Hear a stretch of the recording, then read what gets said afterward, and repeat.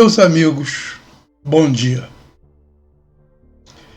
Em continuação aos vídeos anteriores, começaremos o presente com uma breve recapitulação do assunto deste trabalho.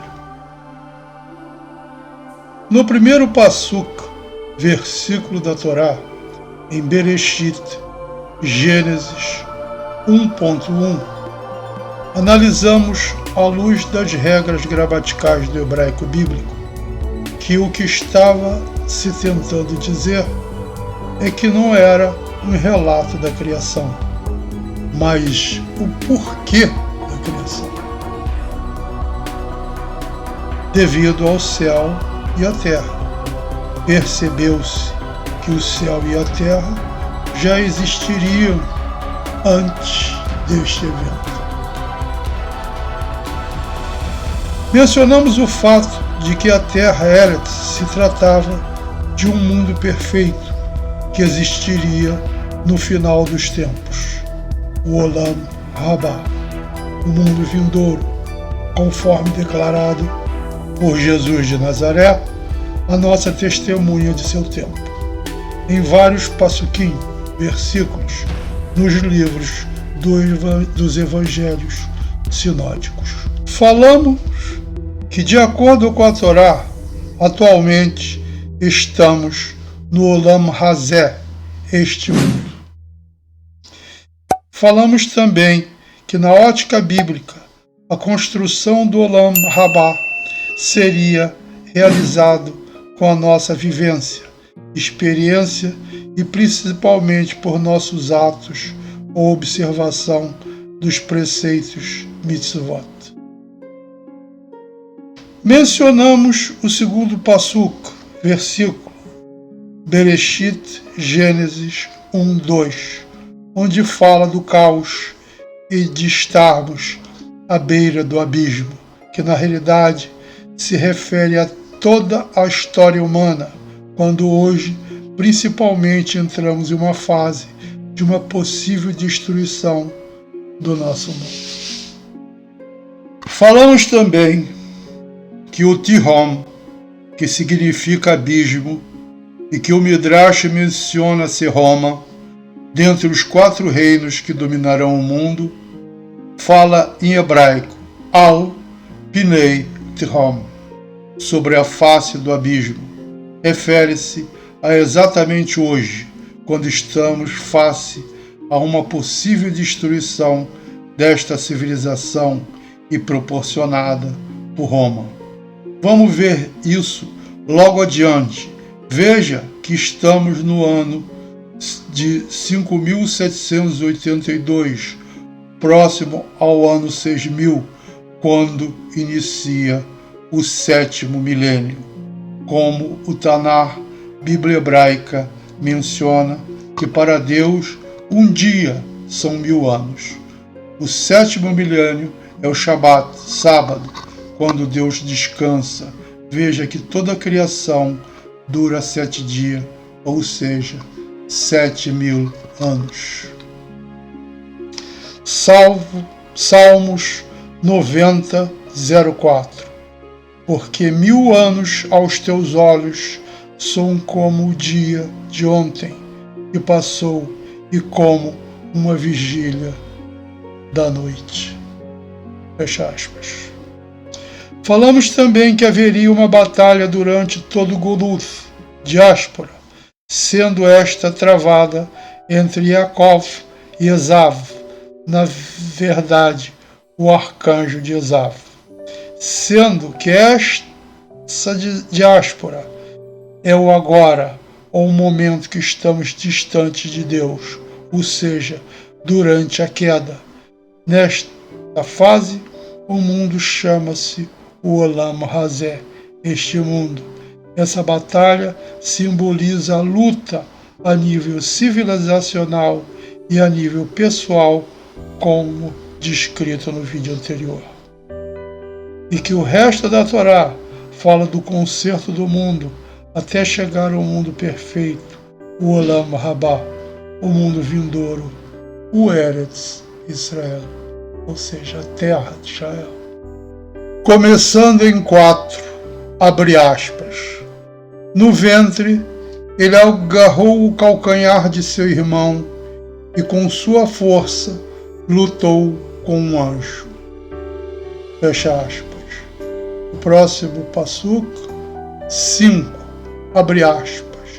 Ele lutou com o anjo e prevaleceu, e este chorou e suplicou-lhe.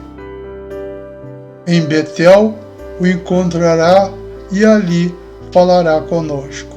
Fecha aspas. O anjo é o Sar de Esav, o patriarca do povo de Edom.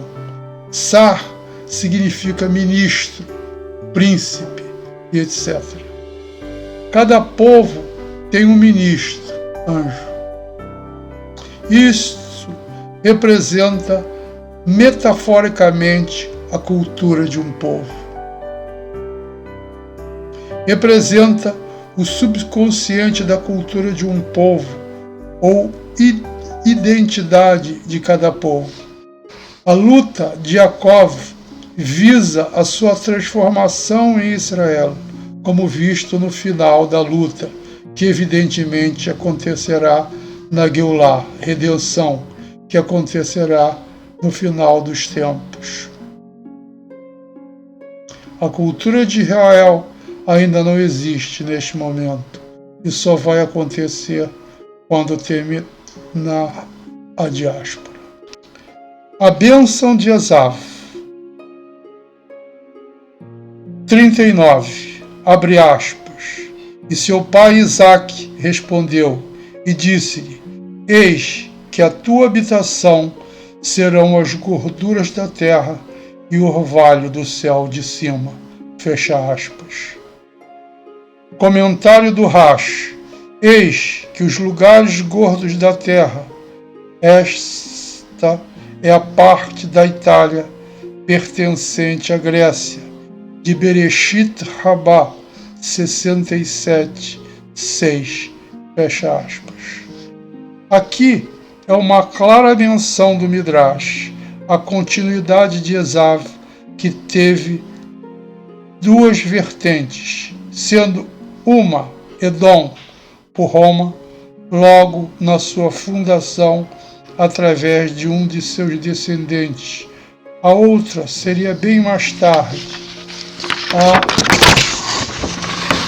absorção do seu povo, os nabateus pelos romanos, sendo que esta segunda parte não está mencionada aqui por Rashi e nem no Midrash. Voltando ao Passuk 40. 40, abre aspas. Essa é muito importante. E pela tua espada viverás, e servirás a teu irmão, e será que quando te afligires, quebrarás o seu jugo do teu pescoço. Fecha aspas. Viver pela espada significa de viver pela guerra. Ressaltei também que a palavra mostrando o cálculo, que a gemátria da batalha da palavra Edom era igual à da mentira, essa é a principal propriedade de Edom, que está sendo praticada até hoje. Edom mente. Mencionei o fato de que Esav enganava o pai e o manipulava. Mencionei também a relação de Esav com Roma, sendo que este simboliza a cultura ocidental ou greco-romana. Convém ressaltar também que tardiamente, quanto à continuidade de Esav, Seir, a cidade de Edom, ou Edomitas, Idumeia, sendo a sua continuidade os nabateus, que mais tarde foram conquistados por Trajano, imperador romano, que os anexou a Roma, sendo com o tempo assimilados por esse povo. Foi mencionado também que a batalha entre Jacó e o anjo durará praticamente toda a nossa história no Goluto diáspora, e que o final da batalha seria o momento em que no amanhecer, símbolo da Geulá, redenção, Jacó passaria a ser chamado Israel, conforme adiantado pelo anjo e posteriormente declarado por Deus. Essa declaração de Deus é a instauração do Eretz Israel, transformando Jacó em Israel. Voltando ao nosso início, começaremos com uma breve história dos principais ícones de Roma, que são principalmente o que são explorados pelas profecias. Sobre as colinas de Roma. Roma foi fundada em 753 a.C. da Era Comum, sobre uma das 7 colinas, sendo estas Capitolina, Quirinal, Viminal, Ésquilo, Célio, Aventino e Palatino, que rodeavam a comunidade primitiva. Na colina Capitolina foi construído o templo de Júpiter Capitolino. O deus Júpiter era a versão romana do deus grego Zeus. O animal associado a Júpiter era a Egla, a águia, que era um animal sagrado ao deus.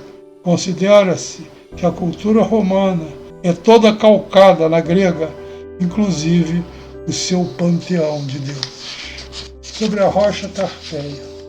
A rocha Tarpeia era na Roma Antiga o local onde eram feitas execuções com as vítimas, sendo lançadas desta rocha para a morte. Tarpeia foi uma romana que traiu a cidadela aos sabinos e recebeu a morte como prêmio pela sua traição. Os eventos ocorreram entre o rapto das sabinas e a paz entre os romanos e os sabinos. Tito Tácio era o comandante dos sabinos que marcharam contra Roma. A cidade era de acesso difícil e eles precisavam conquistar uma fortaleza no local, onde na época de Plutarco estaria mais tarde o Capitólio, e que tinha uma guarda com os púrios Tarpeio como seu capitão. Naqueles tempos, Tarpeia, filha de Tarpeio, sabendo que os sabinos levavam braçadeiras de ouro no braço esquerdo, propôs a Tácio trair a cidadela, caso recebesse dos sabinos o que eles levavam neste braço. Tácio aceitou a proposta e entrou à noite. Quando ela abriu os portões, Tácio, fiel à sua promessa, mas mostrando seu desprezo pela traição, cumpriu literalmente sua promessa, jogando sobre Tarpeia não só o bracelete, mas como o escudo.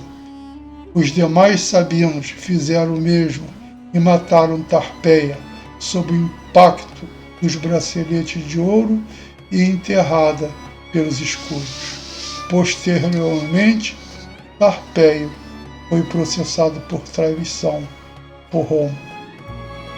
O monte onde Tarpeia foi sepultada foi chamada com seu nome, até que o rei Tarquínio o Soberbo dedicou o lugar a Júpiter. A única lembrança do nome de Tarpeia na época de Plutarco era a rocha Tarpeia, onde eram jogados os malfeitores. Segundo Marco Terêncio Varrão, que toda a colina era chamada de colina Tarpeia, tendo sido seu nome mudado para colina Capitolina, pois devido às escavações naquele tempo, das fundações do templo, ali foi encontrada uma grande cabeça de estátua que presumivelmente de Aulo Vibana, um dos condes do herói mais tarde, o rei Sérvio Túlio. O Caput Auli, que significa cabeça de Aulo, de onde se deriva Caput Aulio Capitólio. Isso foi para eles o augúrio de que Roma seria a cabeça do mundo, o Caput Mundi, e dominaria toda a terra.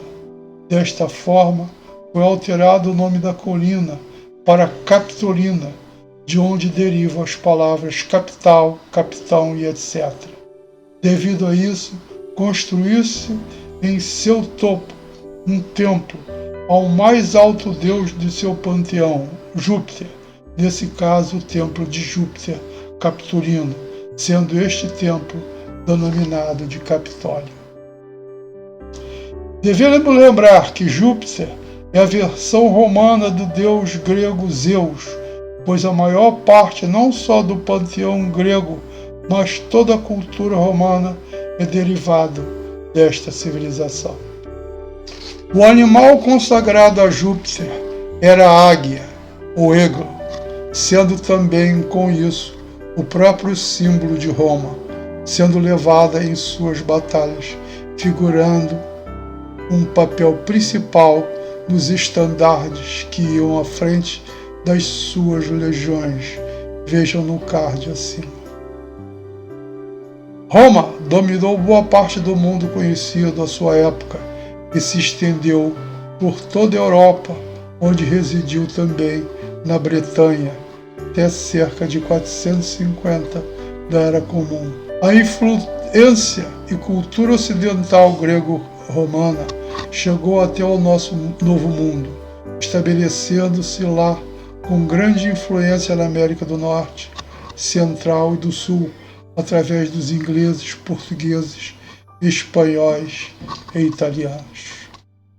O Império Romano estendeu-se através da Inglaterra, América do Norte, particularmente nos Estados Unidos, estabelece-se como continuação do Caput Mundi, onde foi construído o seu congresso sobre uma colina, o Capitólio, onde o prédio foi contemplado com colinatas do panteão romano, sendo também uma belíssima cúpula, não aquela com o óculo do panteão de Roma, mas uma bem maior e muitíssimo mais bonita. O país adotou como principal símbolo nacional a águia, seguindo aquele ostentado por Roma, que representava a águia sagrada de Júpiter, tendo agora um outro nome, a águia americana.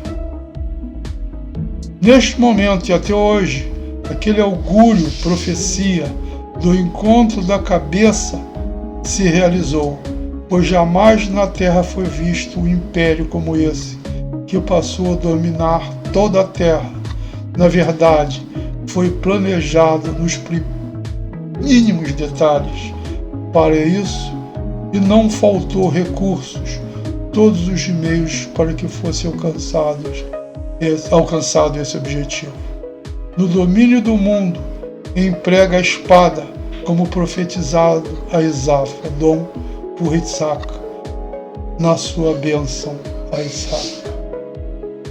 Na profecia de Daniel, o animal que representa esta continuidade do Império Romano é o leão com asas de águia, e representa o leão, símbolo da Inglaterra, como pode ser visto no card acima, tirado da Wikipédia, que representa o Império Britânico no mundo, com sua continuação, voando a níveis muito mais elevados que ela, utilizando-se para isso das águias da águia, consagrada a Júpiter, nesse caso, a americana. A profecia do império que dominaria o mundo é perfeita, precisão maior, impossível. Por isso, cada dia da criação, do primeiro capítulo até o Passuco, versículo 31, representando a criação do mundo, narra a criação da civilização perfeita, com 6 dias, sendo o 7º dia do capítulo 2, o Shabat ou sábado. Veja, os 7 dias são 7.000 anos, e com o ano bíblico, quando está sendo feito este vídeo, é de julho de 2022, ou seja, 5.784. Faltam 218 anos.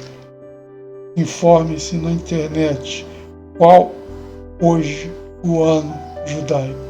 Para alcançarmos o Shabat, estamos a 218 da concepção da criação do homem perfeito, sendo por isso que neste final do capítulo 1, Bereshit Gênesis 1:26, o homem é criado no texto bíblico, é criado à imagem e semelhança de Deus. Logo, ele é perfeito.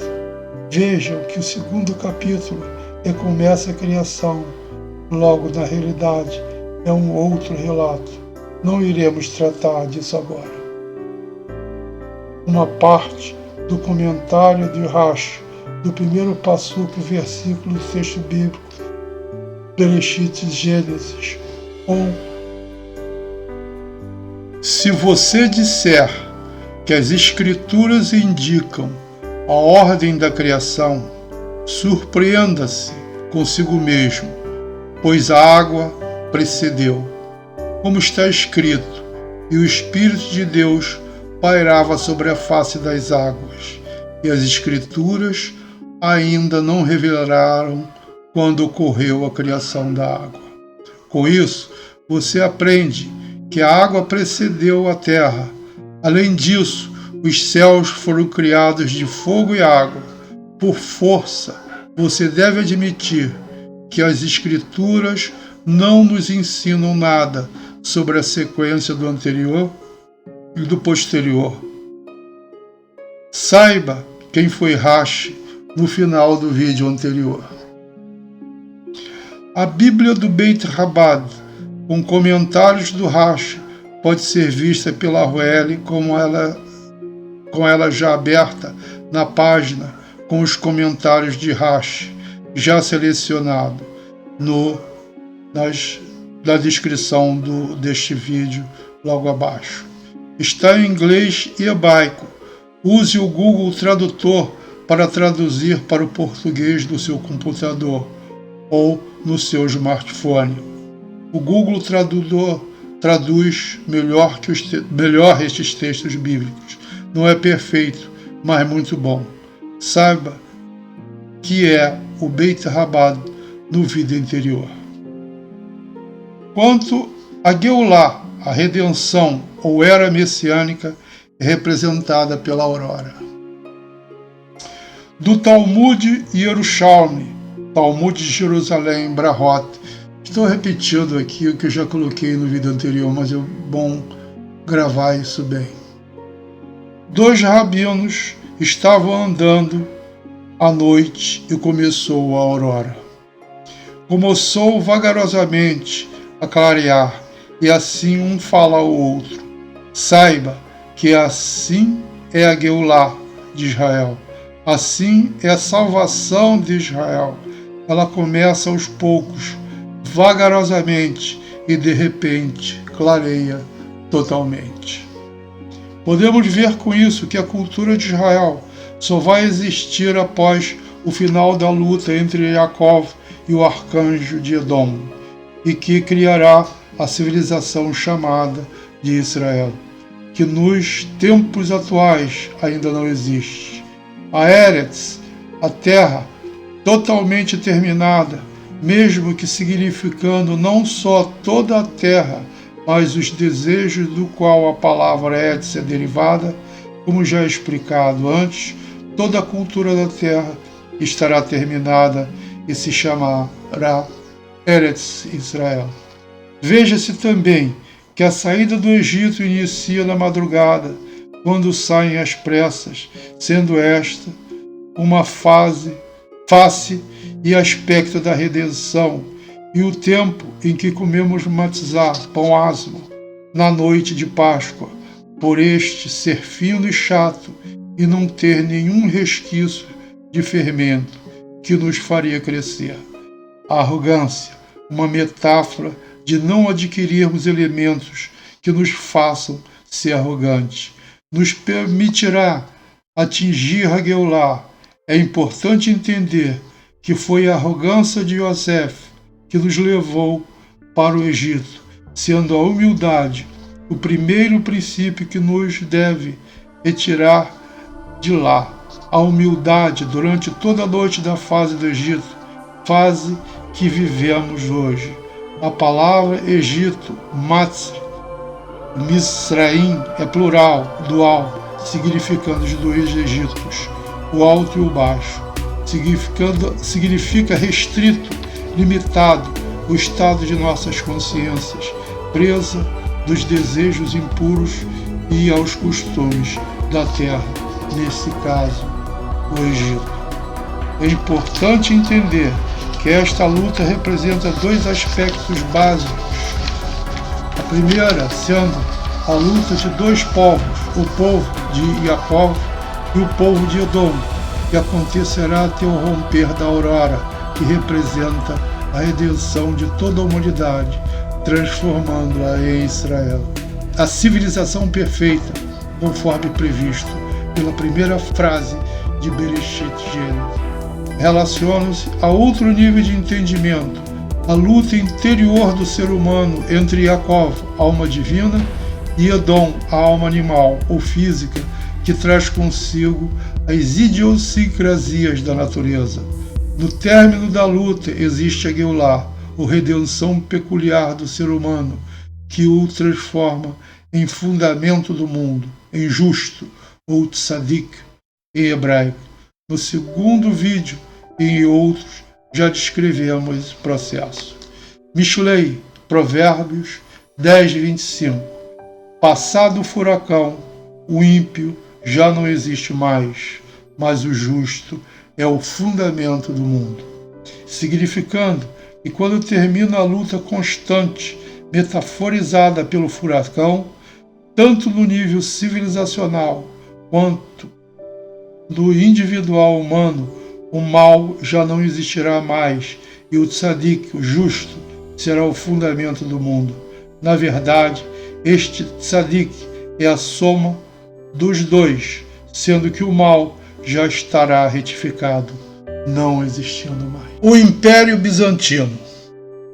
Por diversas razões, principalmente de logística, em 284, o imperador Diocleciano começou a divisão do Império Romano, que em 395 se consolidou em dois reinos, o Império do Ocidente e o do Oriente, tendo este último a capital no lugar do que mais tarde passou a ser denominada Constantinopla, em homenagem a Constantino.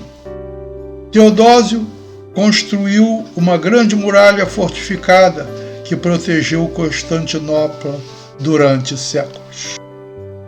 Este foi o grande Império Bizantino, que viveu de 395 até 1450, quando os turcos tomaram Constantinopla. Em 476, acabou o Império Romano do Ocidente por invasão continuada de diversos povos bárbaros. A grande diferença do Império Bizantino foi a sua proximidade de reinos orientais, principalmente o Império Árabe, por grande período que se estendia da Espanha até a Índia e Samarcanda. O Império Árabe era, durante a sua época, notavelmente desenvolvido na filosofia, matemática, engenharia, astronomia, medicina, literatura, poesia e registros sobre a civilização grega, história que até hoje, neste último aspecto, é usada por estudiosos como referência. Isso a menos da filosofia, pois o cristianismo não dava espaço para isso. Contribuiu muito para o desenvolvimento intelectual do Império Bizantino ou a Roma do Oriente, que contrastava em muito das culturas do Ocidente.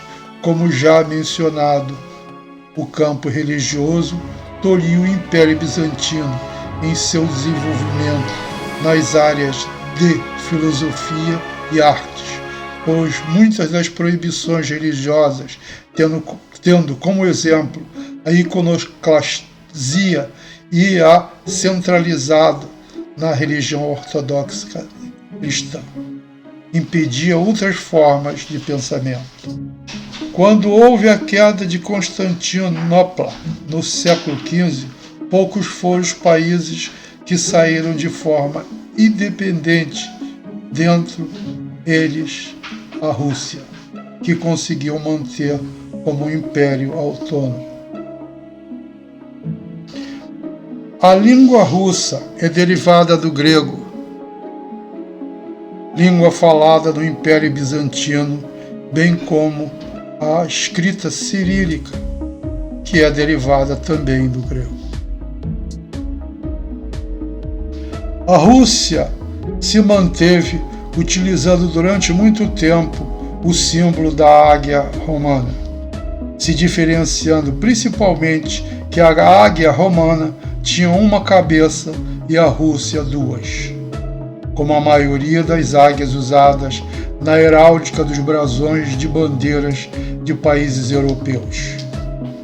Primeiramente, o brasão da águia de duas cabeças apareceu na simbologia do poderoso reino dos hititas, que ocupava uma grande parte da Turquia moderna, nos séculos 17 a 12 antes da Era Comum.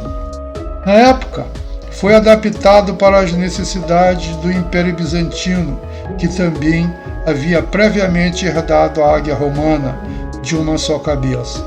Logo, a águia se formou um símbolo de todo o cristianismo oriental, aparecendo no brasão da Sérvia e Montenegro, da Alemanha, Sacro Império Romano e da Armênia. Essa utilização da águia denota a origem dos países europeus no grande Império Romano, sendo a sua cultura proveniente da Roma Ocidental e da Roma Oriental, sendo a Rússia decorrente deste último. Desta forma, tanto a Europa Ocidental e Oriental, bem como as Américas do Norte, Central e do Sul, são culturas decorrentes do Império Romano do Ocidente e a Rússia decorrente do Império Romano do Oriente ou Império Bizantino. Com o tempo, a Rússia adotou como animal o urso, tendo como base uma história infantil muito antiga de Maria e o urso, sendo essa história chamada de Maria ou Mirra, em russo, que na realidade era o nome da história. Esse animal, urso, como símbolo da Rússia, já pode ser visto em várias figuras feitas por outros países já há muitas décadas. Nas Olimpíadas de Moscou, em 1980, foi apresentado como uma nova versão de um ursinho fofinho que era animado por pessoas portando cartões coloridos como se fossem pixels de uma grande figura do ursinho Mirra. No final da Olimpíada, comoveu a todos quando uma lágrima rolou da face de Mirra pelo término das Olimpíadas. Na verdade, o ursinho Mirra foi usado como símbolo de toda a Olimpíada de 1980. Na verdade, o símbolo do urso é utilizado pela Rússia como seu símbolo nacional, bem como por chargistas de todo mundo para se referir a ela, quando a Rússia é figurada por desavenças com outros países. Aparece a figura do urso feroz pardo representando. A China utiliza o urso panda como seu símbolo nacional e existem diversas histórias o mencionando e o porquê disso, sendo que a China tem demonstrado por milênios que a sua natureza é pacífica com relação a outros países, sendo a sua história coalhada de desavenças e batalhas internas. Pode ser visto no card acima o símbolo do urso panda como símbolo da China, em página da Wikipédia relativa a símbolos dos países. Pode ser visto também abaixo o vídeo do YouTube, a URL desta página da Wikipédia. Veja que a Rússia e o seu símbolo, o urso, passam também a representar uma derivação do Império Romano.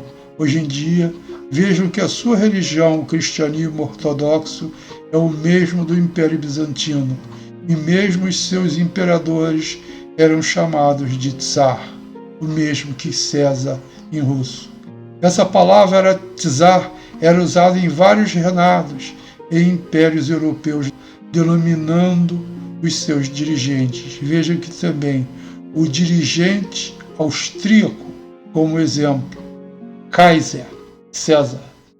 Na verdade, a luta evidenciada entre os Estados Unidos e a Rússia durante mais de 2 séculos evidencia a luta entre duas das derivações do Império Romano do Ocidente e do Oriente. Hoje, passa a haver uma dubiedade na representação da profecia de Daniel a respeito do segundo animal, o urso, pois existem 2 países representados por esse animal, o urso pardo e o urso panda gigante. Será que são os 2? Existe hoje uma forte aliança entre eles. Será que serão páreo para ganhar a luta contra a nação mais poderosa do planeta e a sua aliança com poderosíssimas nações da Europa, que também representam Roma? A profecia sugere que sim, o urso passa a dominar o mundo. A Índia. Um outro animal que poderá ser mencionado neste contexto é o tigre ou o leopardo, 2 animais asiáticos, mas não tão bem definidos no texto bíblico. O tigre pode facilmente representar o animal nacional da Índia, como pode ser visualizado na Wikipédia. Um adendo importante é a menção do texto bíblico de que este animal teria 4 cabeças. O deus Brahma tinha 4 cabeças em 4 faces que foram criadas para que ele pudesse olhar para a sua esposa em qualquer posição que ela estivesse. Seria a Índia? Esse é um forte candidato, pelo já mencionado acima, também por sua população e inteligência de seu povo, sendo também uma nação que apresenta grande crescimento econômico e que também possui uma grande população, metade da população da China, ou segunda população mundial. Foi no passado uma das mais ricas nações do mundo, um forte candidato do nosso grupo de nações a dominar o mundo. A inteligência artificial e as máquinas. O último animal, sendo este evidente, inclusive já prognosticado pelos cientistas de hoje, tendo sido mencionado pelo próprio Elon Musk, que acredita firmemente que a inteligência artificial e as máquinas possam ser um grande perigo para a humanidade e que seu uso deve ser aplicado com reservas. É representado pela profecia de Daniel como um animal terrível e diferente de tudo, como falado por ele na profecia. A tendência Hoje é a de utilizar a inteligência artificial em tudo, em aeroportos, para identificar pessoas, em sistemas de identificação de digitais, em tradução de textos, reconhecimento de voz, leitura de texto, reconhecimento de imagem e muitas outras aplicações correntes usadas. Bom, vamos começar agora as profecias mostrando tudo isso acontecendo nelas. Vamos começar na profecia de Balac. Vamos começar da Parashá Balac, em 24, 13 a 20. Em 13, abre aspas, se Balac me der sua casa cheia de prata e ouro, não posso transgredir a palavra do Senhor para fazer bem ou mal por mim, mesmo só o que o Senhor fala, eu posso falar. Fecha aspas. 14, abre aspas. E agora vou ao meu povo, venha, vou aconselhá-lo. O que esse povo fará com seu povo no final dos dias. Fecha aspas. 15. Abre aspas. Ele pegou sua parábola e disse, palavra de Balaão, filho de Beor, palavra de homem de olhos abertos. 16. A palavra daquele que ouve as palavras de Deus e percebe os pensamentos do Altíssimo, que tem a visão do Todo-Poderoso caído, mas com olhos abertos. Vejo, mas não agora. Vejo, mas não tão cedo. Uma estrela saiu de Jacó, e um cajado se levantará de Israel, e esmagará os príncipes de Moabe, e desarraigará todos os filhos de Shet. 7. 18. Abre aspas. Edom será possuído, e Seir se tornará possessão de seus inimigos, e Israel triunfará. Fecha aspas. Lembrar que isso é no final da luta de Jacó com o arcanjo de Edom. 19. Abre aspas. Um governante sairá de Jacó e destruirá o restante da cidade. 20. Quando ele viu Amaleque, ele pegou sua parábola e disse, Amaleque foi a primeira das nações e seu destino será a destruição eterna. Fecha aspas. Isso está no livro de Esther, quando o último descendente de Amaleque, Amã, foi destruído. Vejam que esta profecia diz respeito à punição do povo de Edom, e podemos ver isso nos dias de hoje, quando começam a cair todos eles. Daniel 7, de 1 a 8. 1. No primeiro ano de Belsazar, rei da Babilônia, Daniel teve um sonho e as visões de sua mente enquanto dormia em sua cama. Então ele escreveu o sonho e disse o início dos assuntos. Vejam que essa sequência de animais já não é o mesmo que quando Daniel descreve a estátua que Nabucodonosor tenha visto, certo? E que representava também 4 reinos, mas 4 reinos do passado. Esse grupo que é visto no grande mar, né, no Yam Gadol, que é o mar Mediterrâneo, é um outro grupo de animais. Daniel, em 2, abre aspas. Daniel levantou a voz e disse, eu vi na minha visão durante a noite, e eis que os 4 ventos do céu agitavam o grande mar, Yam Gadol, o Mediterrâneo.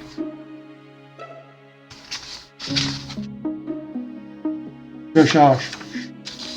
3, abre aspas.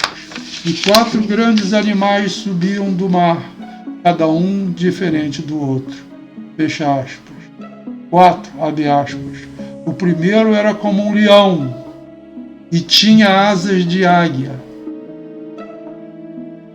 até que lhe foram arrancadas as asas e foi tirado da terra e pôs sobre pés como um homem e lhe foi dado o coração de um mortal. Fecha aspas. 5, abre aspas. E eis outro segundo animal, semelhante a um urso, estava parado de um lado, e havia 3 costelas em sua boca, entre os dentes. E assim lhe disseram: levante-se, coma muita carne. Fecha aspas. 6, abre aspas. Depois disso, vi e eis outro animal, semelhante ao leopardo, tigre,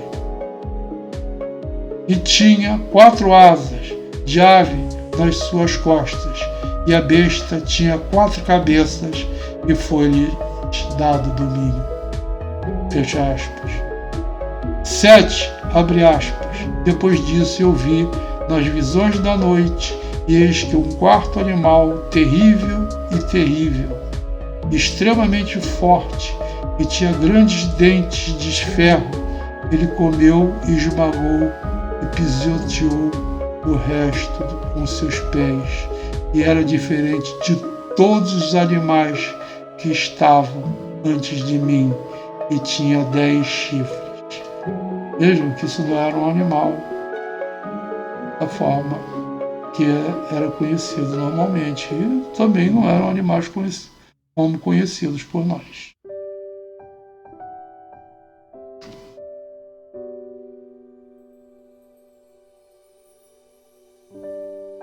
Olhei no 8, abre aspas. Olhei para estes chifres, e eis que outro chifre pequeno subiu entre eles, e 3 dos primeiros chifres foram arrancados diante dele. E eis que olhos como olhos humanos estavam sobre este chifre, e uma boca falando com soberba. Fecha aspas. O 4º animal é com um dente de ferro e não se parece com nada conhecido na época, mas é muito grande e tem muitos chifres e olhos. Isso é fácil. Suas máquinas com inteligência artificial que dominarão o mundo. Isso já está previsto acontecer. Os cientistas hoje em dia têm alertado para esse perigo, pois, diferentemente dos anteriores, não tem nenhum compromisso com a compaixão e fundamentos humanos. Esse é um grande perigo para toda a humanidade e tudo indica que vai acontecer. Agora, mudando de profecia de Jeremias 4, 5 a 6. Conta em Judá e em Jerusalém, e seja ouvido e diga: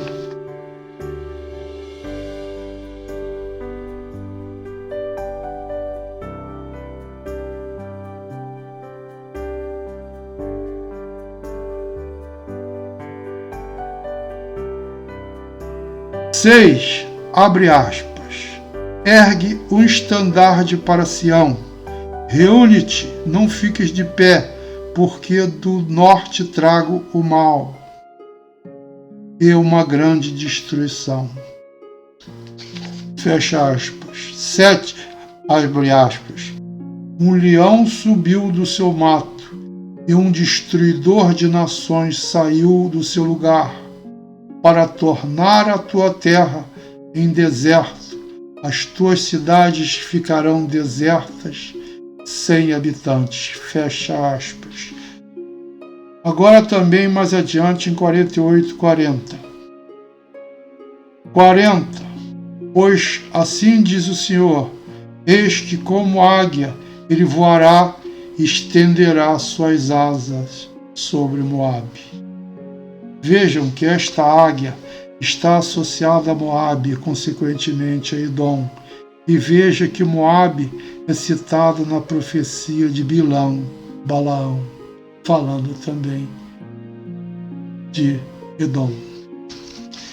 Ainda em Daniel 7:16-23, em 16, abre aspas, cheguei-me a um dos que estavam ali e perguntei-lhe a verdade de tudo isso, e ele me contou e me fez saber a interpretação das coisas. Fecha aspas.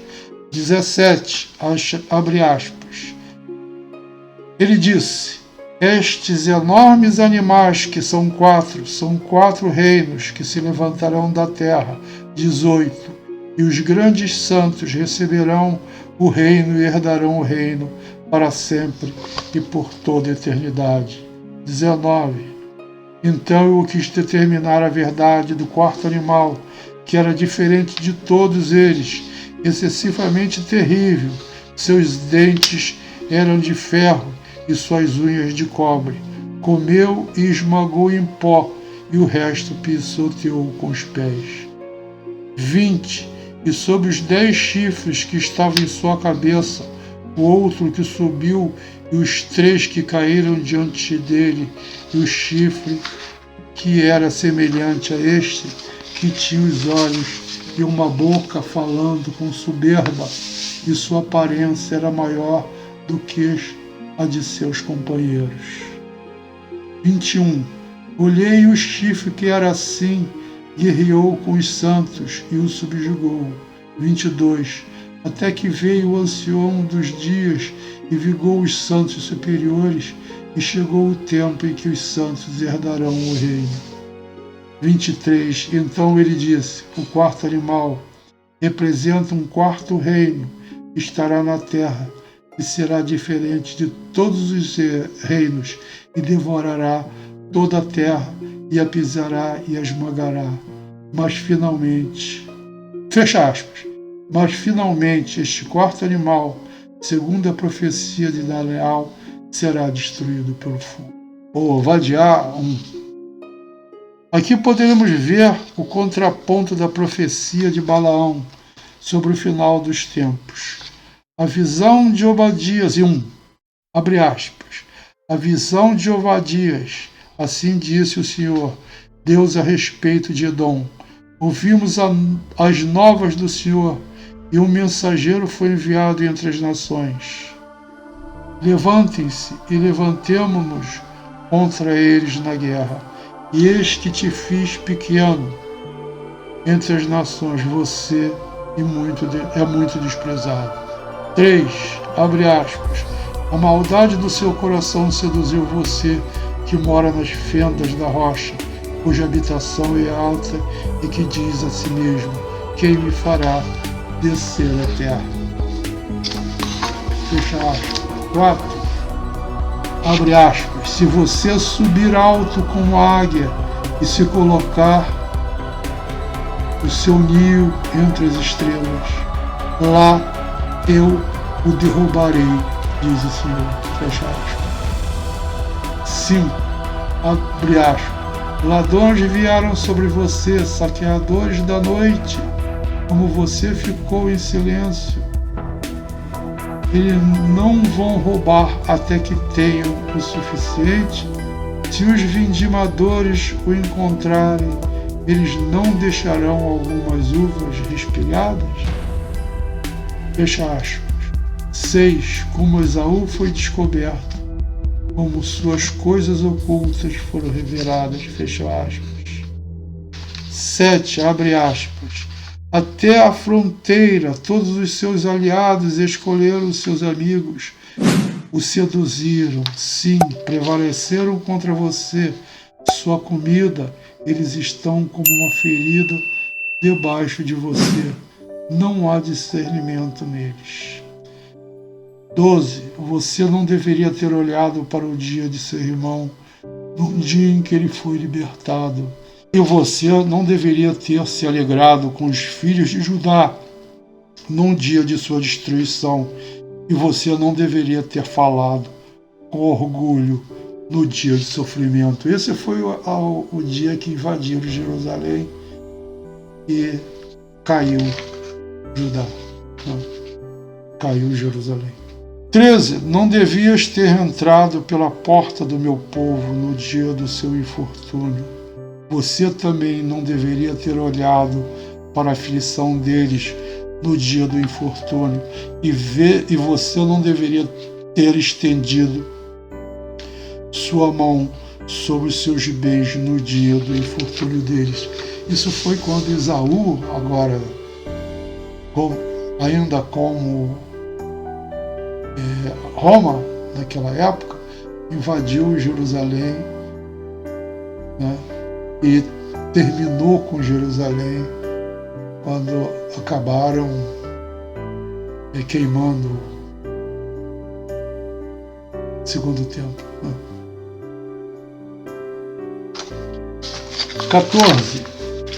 E já não devias ter ficado junto à brecha para exterminar os seus fugitivos, nem deve ter livrado os seus sobreviventes no dia da angústia.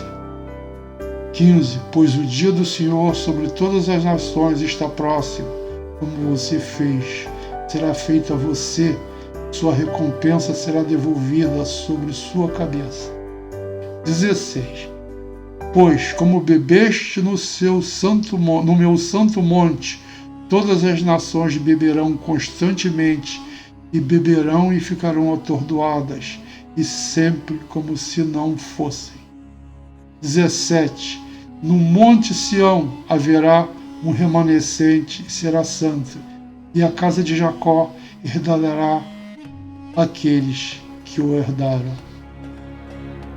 18. E a casa de Jacó será fogo, e a casa de José uma chama, e a casa de Esaú se tornará palha, e eles incendiarão e os consumirão, e a casa de Esaú não terá sobrevivente, porque o Senhor falou.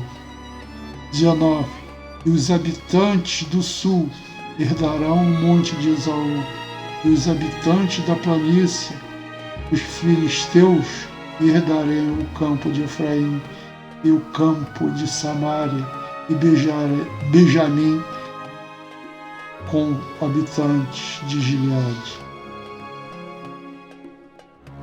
20. E esta hoste exilada dos filhos de Israel que estão com os cananeus até Serepta, e o exílio de Jerusalém que está em Sefarade, herdarão as cidades do sul. Fecha aspas. Isso é uma menção da América Central e do Sul, que é a herança dos sefaradinos, né? Aqueles que foram trazidos pelas legiões romanas para Sefarad. Sefarad era a antiga Espanha, o nome era Sefarad. Que começou que Sefarad quer dizer os romanos, né? Levaram pelas legiões romanas eles para a Espanha, ali para a região da Península Ibérica, né? Que era a antiga Sefarad. E lá eles foram colocados, né? E viveram a própria sorte. E só que formaram um novo grupo, né? E passaram e viveram lá até que na época do Império Romano, no final do Império Romano, o Império Árabe caiu em Sefarad, eles passaram a ser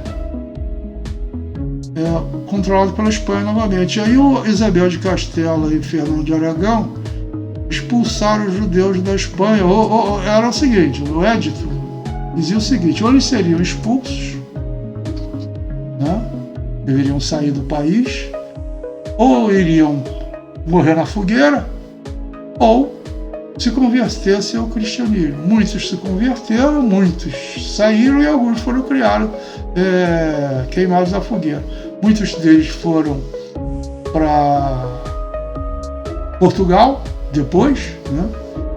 E em Portugal houve o mesmo edito de Dom Manuel, influenciado pelos reis de Espanha, e eles foram obrigados também a se converterem. Mas aí foi uma conversão diferente. Inclusive os reis de Portugal falaram que eles deveriam ir para a praça para esperar os navios para que fossem deportados, mas não chegou navio nenhum e apareceram soldados com vários religiosos, né, que forçaram a eles a se converterem ao cristianismo, muitos deles, né? E alguns fugiram, mas logo em seguida fugiram. Aí muitos fugiram aqui para aproveitar para vir para o Brasil, e esses são os chamados degredados de Portugal, né? Que eram criminosos, o crime deles era ser judeu. Aí vieram para o Brasil, vieram para a América do Sul, toda a América Central, e lá se progrediram, saíram como nações, né? Pela Espanha, por Portugal e assim por diante. E hoje são conhecidos como os judeus sefaradim, né? Cujos sobrenomes são sobrenomes em português, como Souza, Silva, Pereira, Moreira, e assim por diante. E agora aqui na profecia já falava em separado, né? E os salvadores subirão ao monte Sião para julgar ao monte de Esaú, e o Senhor terá o rei. Gog e Magog. Yehezkel, Ezequiel, capítulo 38. Versículo 14. Portanto, profetiza, ó filho do homem, e dize a Gog: assim diz o Senhor Deus, certamente naquele dia, quando o meu povo habitar em segurança, tu saberás. 15. E você virá do seu lugar do extremo norte, você e muitos povos com você, todos eles montados em cavalos, uma grande assembleia e um poderoso exército. 16. E subirás sobre o meu povo Israel como uma nuvem para cobrir a terra. No fim dos dias será, e eu te trarei em minha terra, para que as nações me reconheçam, quando eu for santificado por diante de seus olhos. Ó Gog. 17.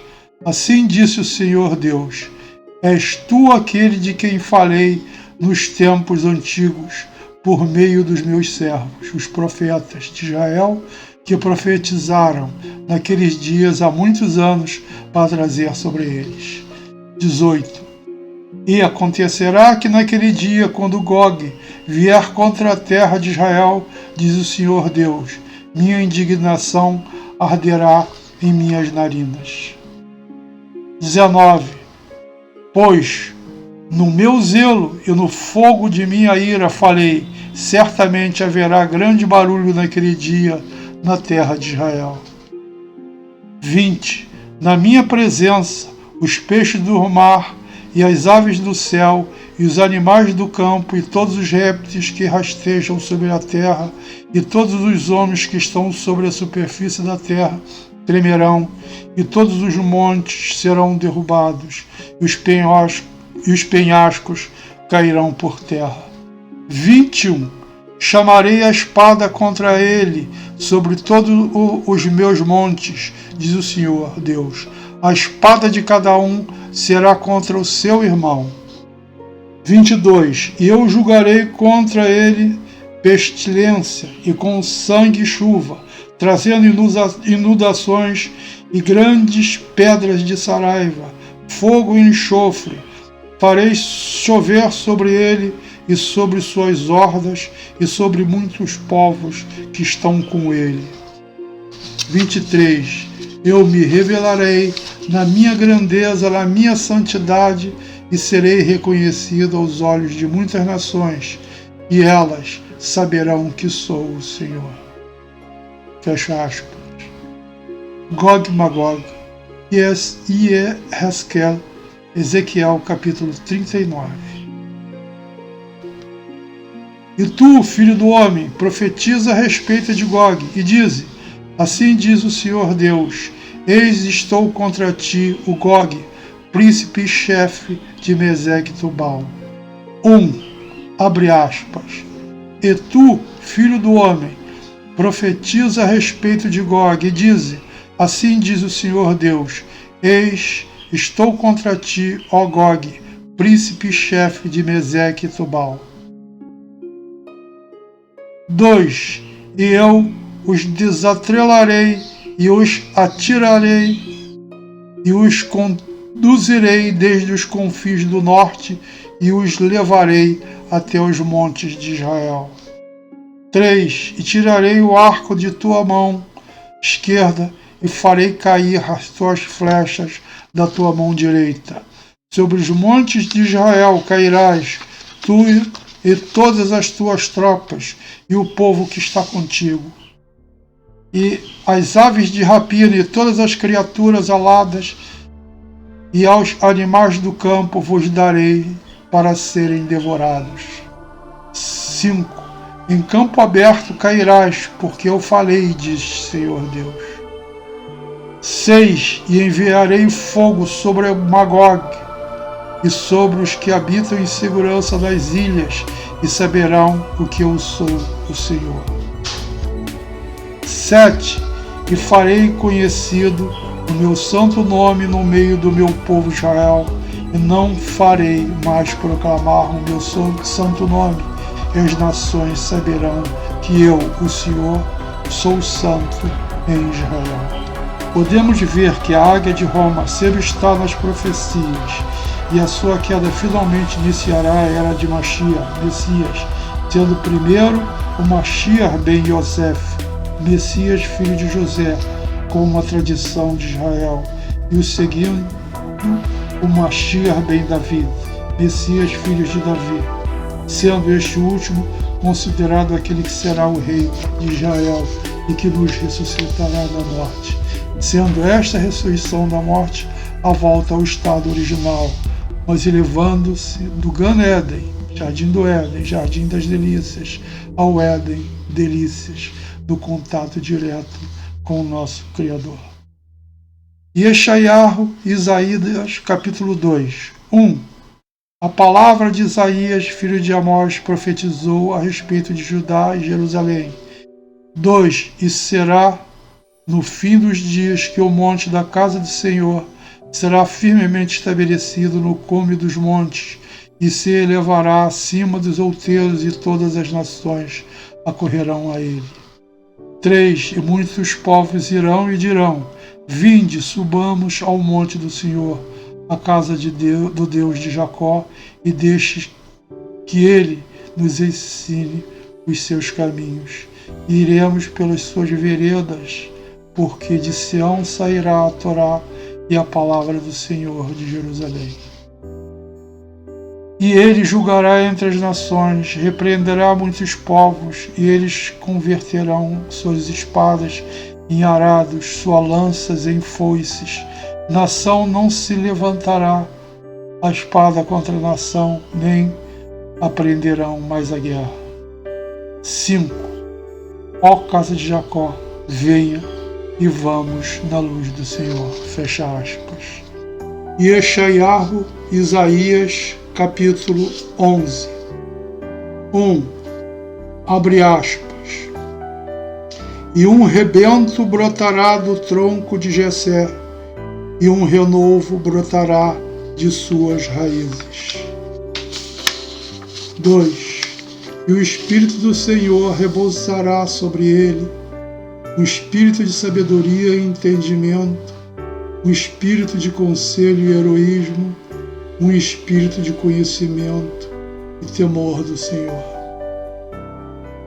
3. E ele será animado pelo temor do Senhor, nem com a vista de seus olhos julgará, nem com o ouvir de seus ouvidos castigará.